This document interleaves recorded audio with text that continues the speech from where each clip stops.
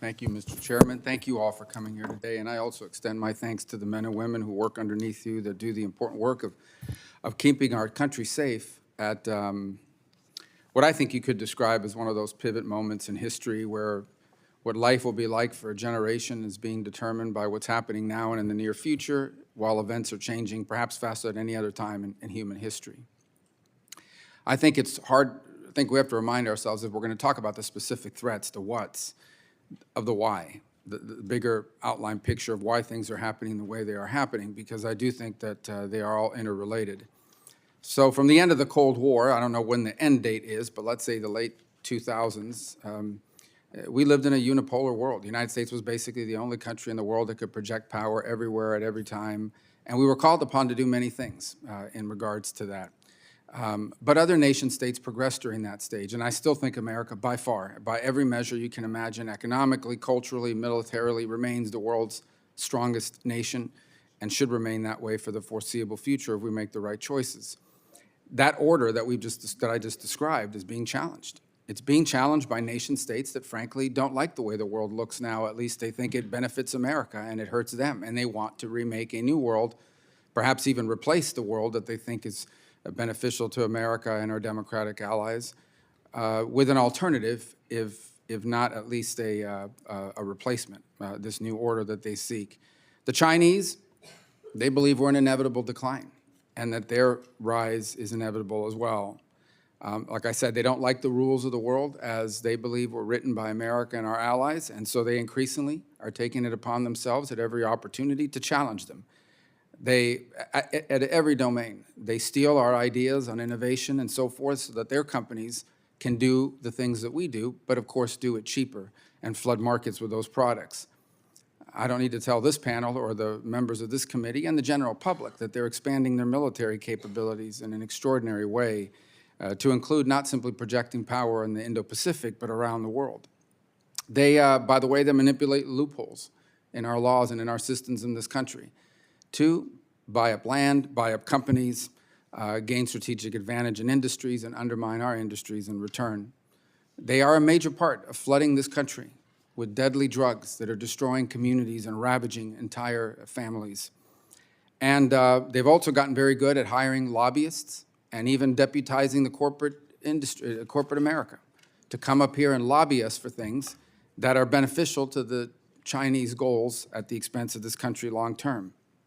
And I think it's important to mention here today, they also happen to control. Anybody says they don't, doesn't know what they're talking about, because every company in China is controlled by the Chinese Communist Party. They happen to control a company that owns the world's, one of the world's best artificial intelligence algorithms. It's the one that's used in this country by TikTok. And it uses the data of Americans to basically read your mind and predict what videos you want to see. The reason why TikTok is so successful, the reason why it's so attractive, is because it knows you better than you know yourself. And the more you use it, the more it learns.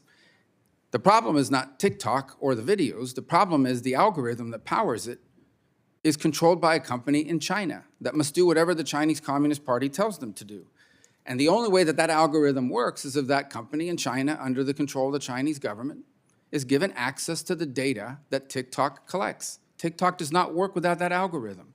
And that algorithm is controlled by a company that's controlled by the Chinese Communist Party under the law of China.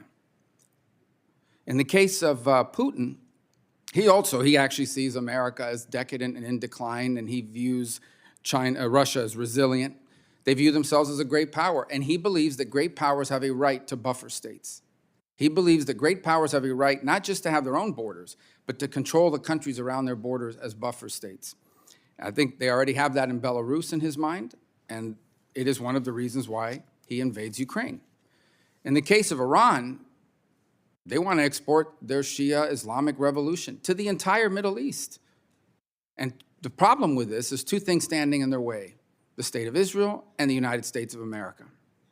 And so that is why they have proxy groups in places like Syria, in Iraq, in Lebanon, in Yemen, in Gaza, who they use for their purposes.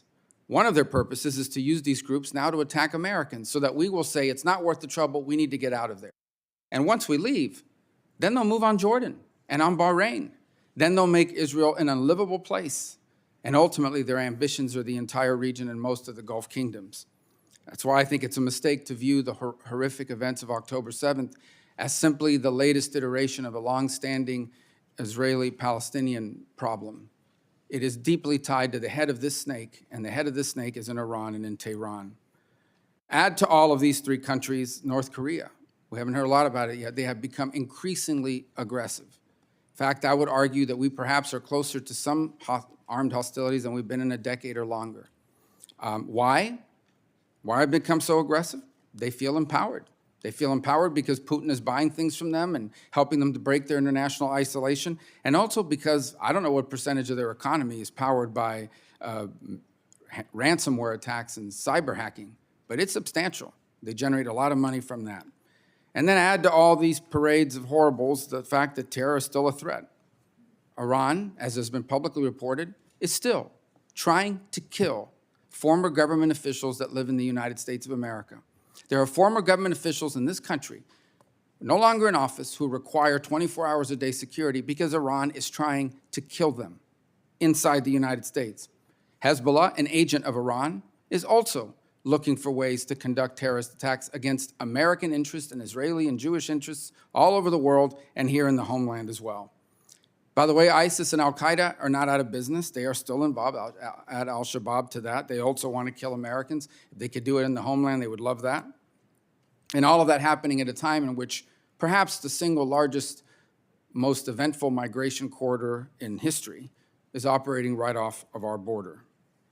So I think it's a mistake sometimes to divide all of these problems geographically, because in some ways, they're all interrelated in key ways. Yes, these individual states all have different ambitions, but they share a common goal. And the common goal is a world friendlier and better for them and their interests, and a world in which America is weakened and less able to act. And all of these crises begin to interlock in a way that help them. For example, the Chinese and the Russians are probably see great benefit. No, not probably. They do see great benefit what's happening in the Middle East, because they figure every dollar and every second of our attention that's paid there is we're not paying to what's happening with Ukraine, and we're not paying to the Indo-Pacific. The Chinese see great benefit in Ukraine as well, because they view it as the more time and money we spend there, the less time and money and focus we have on them. In fact, one of the things I know the Chinese hope for is one of two things. A, we deplete ourselves in Ukraine or the Middle East, particularly Ukraine. Or B, we cut and run, and then they can go around the world, see, I told you America's weak. I told you America's unreliable. They have a plan for either outcome, which makes it challenging for us as we decide what to do here.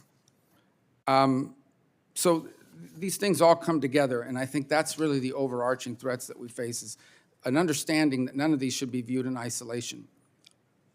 The goals that Russia has, the goal that Iran has, the goal that North Korea has, the role that the Chinese have, may be different goals.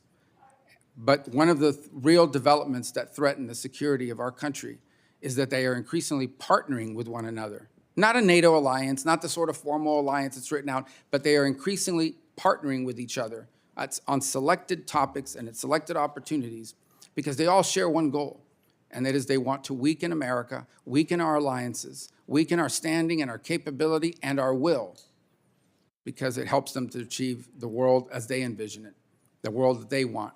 But it comes at our expense and at the expense of all that's been built over the last 20 or 30 years. So I think that one of the greatest dangers we face is the inability to see how all these things are interconnected. And I think one of the greatest challenges we face is to deal with them as if they are interconnected. I think that what life will be like on this planet for the next generation will be determined very much by what we do or fail to do here over the next 2 to 3 years, and certainly with the issues that are before us today.